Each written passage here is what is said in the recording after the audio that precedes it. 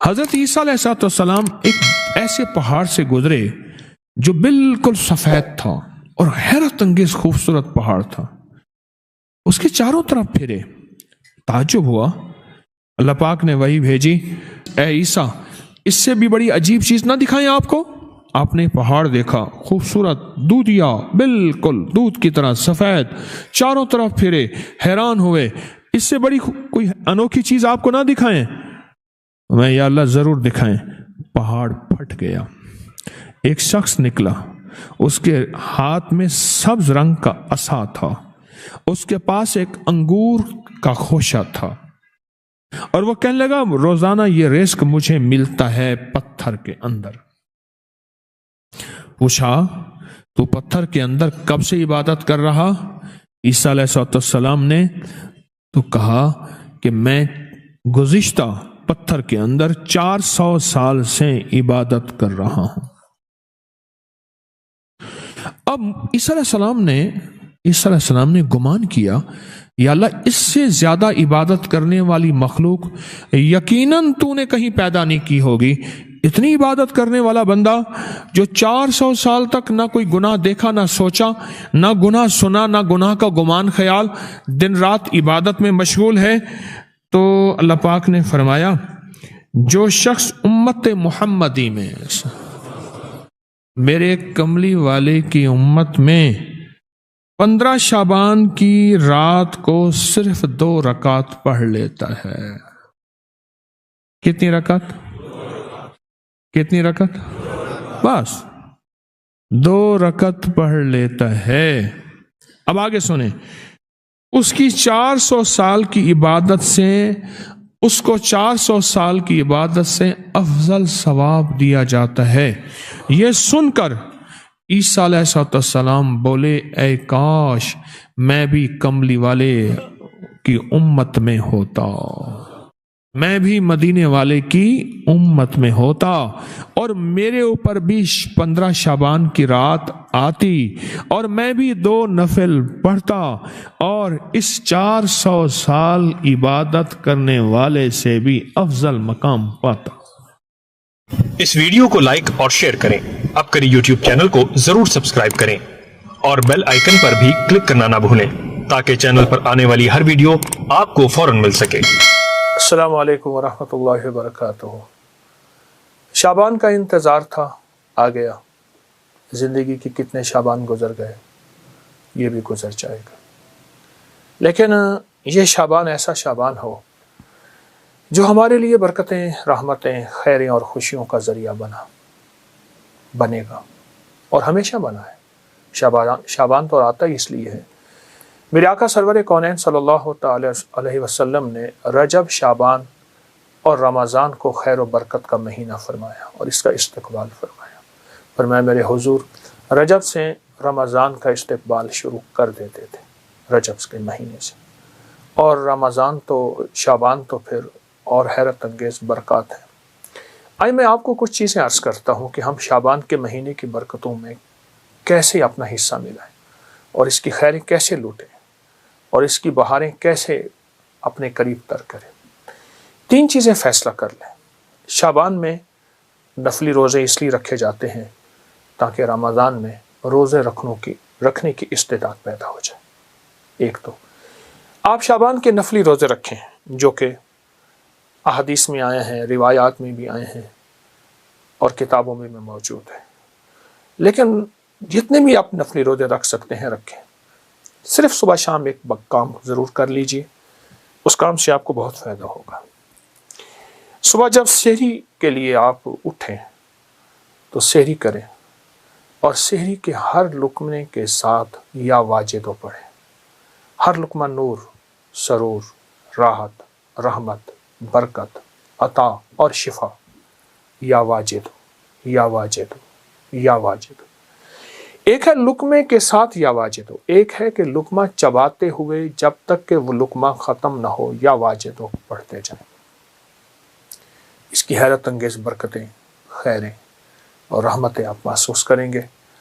اور یا واجدو کے بارے میں یہاں تک آتا ہے کہ جو یہ روزے کے درمیان پڑھتا ہے، اور روزے کا کھانا سحری ہو یا افطاری. اور سحری کے وقت چونکہ اللہ کی محبت اور کرم بہت عروج پہ ہوتا ہے تو اس کی نسلوں میں برکتوں کے دروازے کھلتے ہیں اور اس کی نسلوں میں خیروں کے دروازے کھلتے ہیں اور اس کی نسلیں تمنگری پاتی ہیں.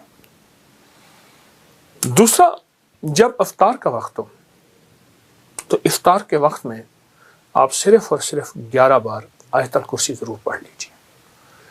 ہم نے آج تک آیت الکرسی کو حفاظت کا عمل سمجھا ہے، میں اس کا انکار نہیں کر رہا.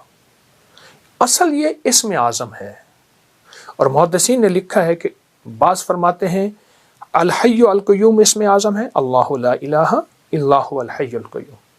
اور بعض محدثین کے مشاہدات تجربات ہیں کہ آیت الکرسی کی آخری آیت وَهُوَ الْعَلِيُّ الْعَظِيمُ العلیُّ العظیم یہ اسم اعظم ہے. صرف 11 بار آیت الکرسی پڑھ لیجیے، جو مراد ہو، جو مشکل ہو، جو ناکامی ہو.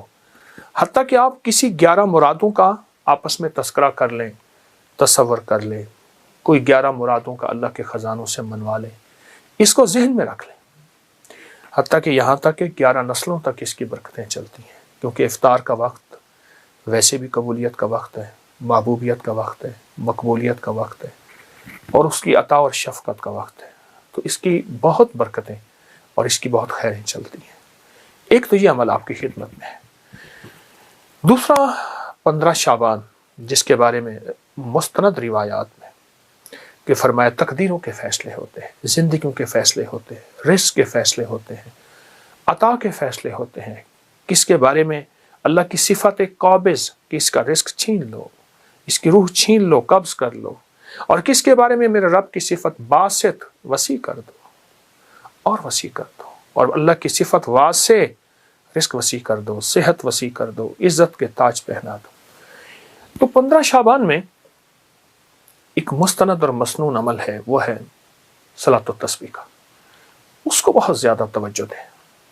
اگر ایک دفعہ پڑھ لیں صلاۃ التسبیح، پر پڑھیں ایسی کہ ہر رکن میں آپ نے جو تیسرا کلمہ پڑھنا ہے سبحان اللہ، ایک ہے دیکھیے، ایک ہے سبحان اللہ الحمدللہ ولا الہ الا اللہ واللہ اکبر ولا حول ولا قوت الا باللہ العلی العظیم، ٹھیک ہے. ایک ہے ٹھہر ٹھہر کے، اور ایک ایک لفظ کو جذب کر کر کے، اور ایک ایک لفظ پہ اللہ کی محبت اور توجہ دے دے کر، اور ایک ایک لفظ پہ پورا دھیان جمع کر.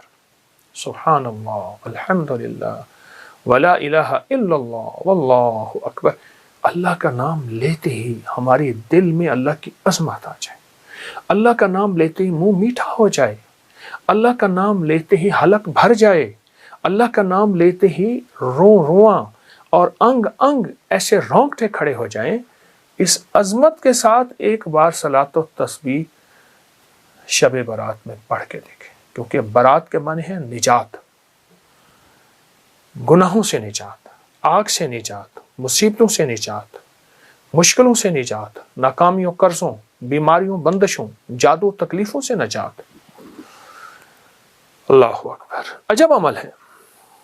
صلاۃ و تسبیح پڑھیں، مغرب کے بعد پڑھیں، عشاء کے بعد پڑھیں، فجر سے پہلے پڑھیں، رات کے کسی لمحے پڑھیں، پر تنہائیاں ہوں اور اللہ ہو. یا اللہ دنیا میں ایسی جگہ کوئی کہیں ہوتی، اکیلے بیٹھے رہتے، یاد تیری دل نشیں ہوتی. ایسا کوئی لمحہ اور ایسی کوئی ساتھ اور ایسی کوئی گھڑی اور ایسی کوئی کیفیت ہو، اور انشاءاللہ آپ جو حاجت مانگے، جو مشکل، جو پریشانی، جو الجھن اور جس ناکامی سے نجات مانگے، اللہ غیب سے عطا فرماتے ہیں. بہت طاقتور عمل ہے، بہت باکمال عمل ہے اور بہت حیرت انگیز عمل ہے. امید ہے کہ آپ اس پہ توجہ کریں گے. اور پھر صرف یہ نہیں، پھر اس کے بعد دعا کو وقت دیں، دعا کو وقت دیں. میں لفظ دیکھیے، ہم ایک تو دعائیں پہلے مانگتے نہیں، پڑھتے ہیں. دعا پڑھنے کا عمل نہیں.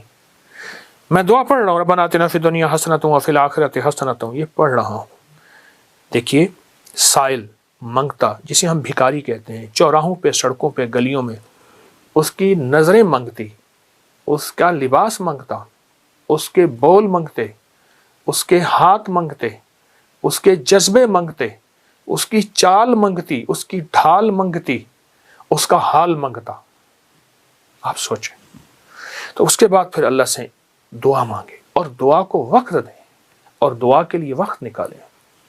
دعا مانگے، دعا کو وقت دیں اور دعا کے لیے وقت نکالیں. اب صلاۃ و تسبیح کے بعد ایک عمل آپ نے کرنا ہے. 11 بار ربنا آتنا فی الدنیا حسنۃ وفی الآخرۃ حسنۃ وقنا عذاب النار. 11 بار استغفر اللہ الذی لا الہ الا هو الحی القیوم واتوب الیہ. اور 11 بار آپ نے تیسرا کلمہ پڑھنا ہے سبحان اللہ والحمد للہ ولا الہ الا اللہ واللہ اکبر ولا حول ولا قوت الا باللہ العلی العظیم. یہ 11 دفعہ عمل کرنا ہے اور 11 دفعہ عمل کر کے پھر دعا مانگنی ہے اور دعا کے بعد پھر 11 دفعہ پڑھنا ہے. پھر اس کی قبولیت دیکھیں، مسائل کا حل، مشکلات کا حل. جو من میں مراد رکھیں گے، جو من میں مراد رکھیں گے، جو من میں مراد رکھیں گے انشاءاللہ پوری ہوگی. یہ بہت طاقتور عمل میں آپ کو شعبان کے مہینے کی عظمتوں اور برکتوں کے ساتھ دے رہا ہوں. ضرور کیجئے. حیرت انگیز برکت اور حیرت انگیز اس کی برکات اور کمالات. اور یہ میرا نہیں، صدیوں سے آزمودہ ہے، صدیوں سے آزمودہ ہے. خود بھی کریں اور اس کو پھیلائیں بھی صحیح. اللہ قبول فرمائے، محبوب فرمائے، مقبول فرمائے. اور انشاءاللہ کرنے والا خالی نہیں جائے گا، ہمیشہ ہرا بھرا جائے گا. جزاک اللہ.